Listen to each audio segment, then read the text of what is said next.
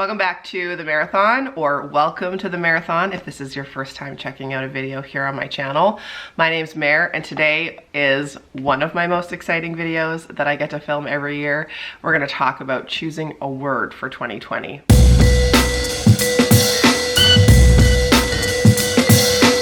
If you haven't already, please hit the button down below to subscribe to my channel, and you can also join the Marathoner Facebook group.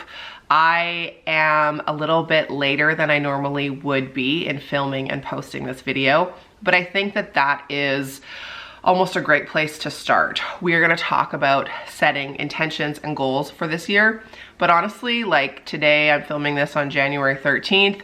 I could be filming this on February 13th or October 13th. It doesn't matter what day of the year. You don't have to think like, oh, well, I missed my shot. I didn't pick a goal by the beginning of, this year, and so I'll wait till next year. Or maybe you did set a goal for this year and you've already, I don't want to say failed, you've already not been able to do it, or you've already like changed directions or decided that maybe that's not going to work for you. That is pivotal, and it's pivotal to pivot. I just came up with that. I love that. It is pivotal to pivot. That needs to go on merch. Okay.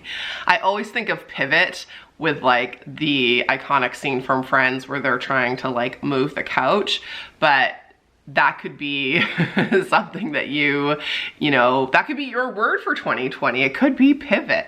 Okay, so let me backtrack a little bit. I have done this video for the last couple of years because a few years ago, I just was, doing my thing as I did at the end of every year. I've always been a goal setter. I've always loved New Year's resolutions, and I wanted to simplify it, and I wanted to make it really powerful, but also super easy to set myself up for success. And I just came up with this idea to set a word for the year. Now it seems like lots of people are doing it, but when I did it like a few years ago, I'd never heard of anyone doing it before. And basically what I do is I think of all of the things I want to achieve in a year, or the way in which I want my life to pivot and change, or what I'm moving towards. There's always a bigger goal or a really specific goal that is up here, but then I break it down for all of the things that I need to do to get to here from here. And if I'm just like, oh, this is my goal, well, that seems like unattainable. But if I break it down into little baby steps that I can do, habits I can change, things I can do day after day after day, and just build and build and build, that is what I have found to be the most successful. I explain it more in my upcoming book, Finding Your Cape, which is out January 23rd. If it's already out, feel free to go check it out on Amazon, because I explain and give multiple examples of how I was in a very low, dark place and how I managed to climb my way out of it, how I managed to find my own cape, and choosing a word has been super helpful for me. So one year I chose the word health, and that was like physical health, mental health, social health, my relationships health, and health with my relationship with myself. So I came up with all these goals and things that I wanted to do, and health really fit that category. Now, in this video, I'm going to tell you how my word for last year went, and then also tell you what my word is for this year and what it means to me and how I plan to use it to help me. Last year, my word was courage. And before I forget, I want to show you this bracelet that a marathoner named Cindy gave me. I'll link it below. But she surprised me with this bracelet that says courage on it. And it's like, it is well weathered, and it has been through it, because I wore this bracelet every single day after she gave it to me, and it helped me so much. So I will caution you, if you are going to choose courage as your word of the year, you best be ready to act with courage. There was lots of times where I would text a friend or say out loud to myself, like, why on earth did you choose the word courage? Like, this is something that you're going to regret, because then I had to keep acting with courage. So I'm just looking in my journal because I was able to like reflect and write some notes, I can tell you. 2019 was a year that I'll never forget. Courage was my word, and courage was definitely used. So courage to write my book, courage to finish my book, to date the unicorn, because we met in January. Well, we started talking in January and then we met in February. And I mean, there's so much courage behind that, with like putting myself out there on dating apps, the courage to be open to meet people and to start chatting with people, not knowing where it was gonna go, the courage to continue to chat with someone, then to meet them, then the courage to open up my home to them, to invite them into my life, but then also the courage to, you know, be in a grown-up relationship in which, you know, I have a past, he has a past, and it was me finding ways to still grieve and still process my feelings of losing Jeremy in 2017, and then courage to bring the unicorn into that, and the courage to let him be there for me. Like, so much courage went into dating in 2019 for sure. Courage to walk away from some hurtful things that were happening in my life that were incredibly difficult. Courage to set realistic expectations with people. The courage to do spin. Spin was always something that was like really intimidating to me. I started it in 2018, but 2019 I committed and went every single week, and it was still like really difficult to do. The courage to be better with my money, the courage to leave the radio station, that took a lot of strength and just trust in the future that things would work out. Courage to do the masterclasses with marathoners in Calgary, Vancouver, and Penticton.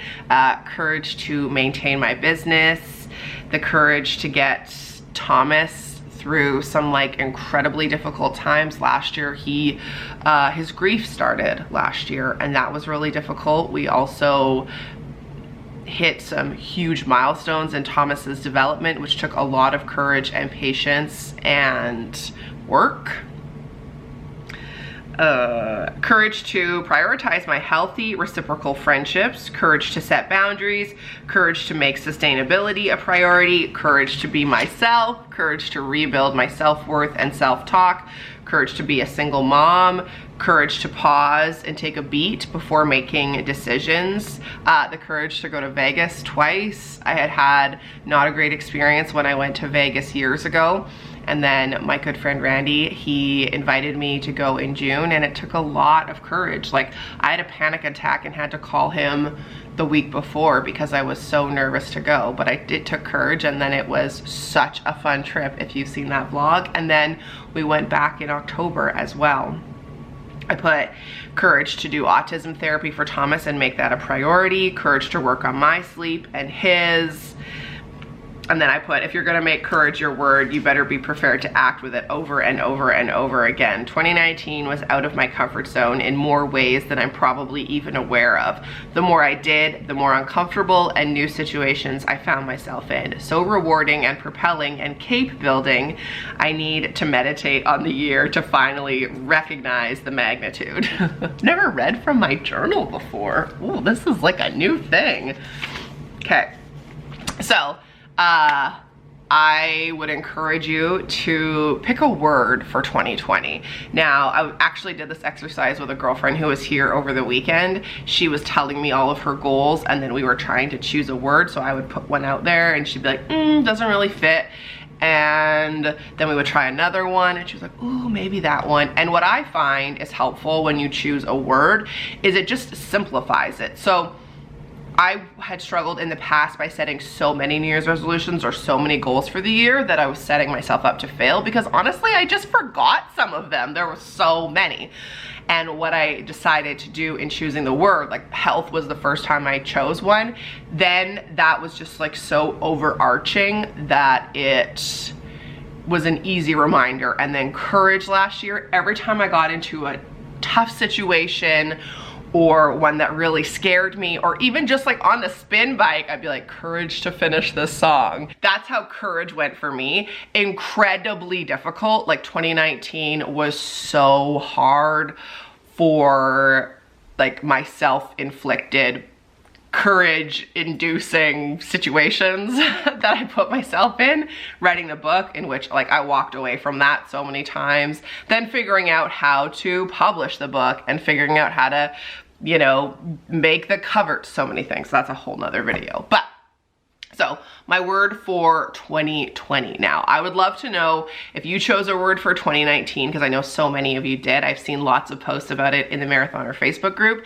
And then I would love to know what your word is for this year as well. And if you've never chosen a word, like I said, it's not too late to start. Just start it today or start it next week. It doesn't really matter.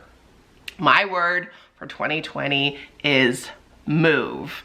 And this initially stemmed from one of my huge goals this year is to spend less time on my phone, less mindless scrolling. Now, I don't consider it, I'm not talking about the time I spend in the Marathoner Facebook group or the time I spend, you know, uploading videos or posting content to social media or my business, which is helping my business clients with their social media. What I'm talking about is just the mindless, numbing scrolling.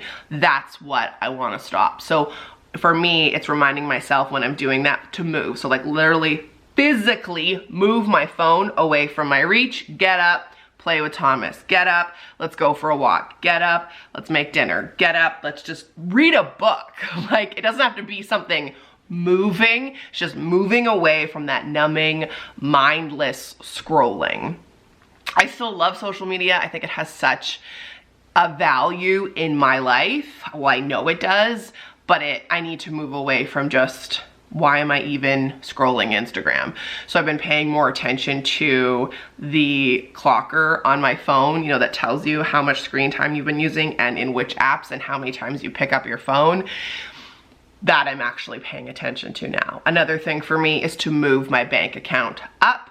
I've set some really specific financial goals this year, and then in that, it means like move to cook more at home, move to make a pot of coffee at home instead of spending $6 on a coffee at Starbucks, move to, you know, go for a walk with a friend instead of having lunch that includes a drink, that sort of stuff.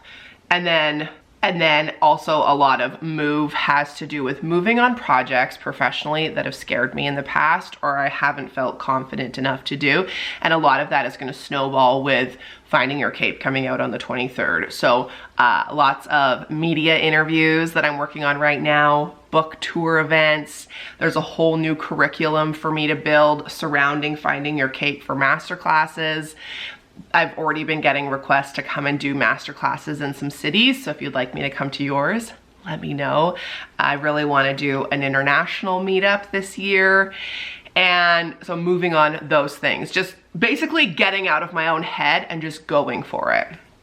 Moving to make a better choice. I decided at the end of last year, getting walking pneumonia really made me question a lot of my health choices, and there's some things that are out of my control, i.e. how many times Thomas gets up in the night, but we're working on it. But what I can control is my food intake and what I'm doing. So as of January 1st, I went from being vegan to being whole food plant-based, and it's been so far really simple, and so far great results already in only, you know, 13 days. And then the obvious one with move my body, move to do yoga. I haven't done yoga in a really long time, and I love it. I love it so much. There's no excuse to not do it. Move to do spin classes, move to go on walks, move to do exercises and workouts in my basement, that sort of thing. Move to help Thomas every single day, move away from junk food and move towards nourishing my body, move my body to weigh what I'm hoping it will weigh, move to help marathoners, and more. My book, I keep manifesting it being very successful. And the reason why I want it to be successful is to help more people, the marathoner community, and then beyond as well. I have learned so much from what I've been through, and I just want to help more people. So that in a nutshell is move for me in 2020. It doesn't mean physically move. I'm not planning on moving out of my house in 2020, which is interesting because in 2017 and 2018, I definitely thought that I would be selling my house this year, but that is not the plan. So that's my word for the year. That's how I have been thinking about my goals for this year. And you can kind of see how, you know, from finances to wanting to move my bank account, to eating out less, to less mindless scrolling, to being with Thomas, to moving forward my relationships, moving the book. It all can be into that nice little package, which I find really beneficial. And I wanted to show you one more thing. I find something visual that I see every day is helpful. Like this bracelet was really helpful. So I just made my home screen on my phone an M, just to remind me to move. And I mean, I look at it more times than I would like to admit every day, but it's been extremely helpful. So that's all the rambling that I'm gonna do in this video. I'm so excited to have filmed this because I've been wanting to share it with you, and I really wanna know what's your word for 2020, and if you haven't chosen one, go for it. I wanna end this video by reading out some of your words for 2020. I asked you on my Instagram, which is @redheadmare, follow me there, and I wanna tell you what some of your words were, in case you need some inspiration. Fit, present, successful, responsibility, focus, growth, health, yes, empowerment, fight, good habits, patience, consistency, onward, connection, faith, wellness, peace, emerge, brave, abundance, strength, minimalism, and hope. Those are some pretty wonderful words. I'd like to know what your word for 2020 is. Leave a comment down below.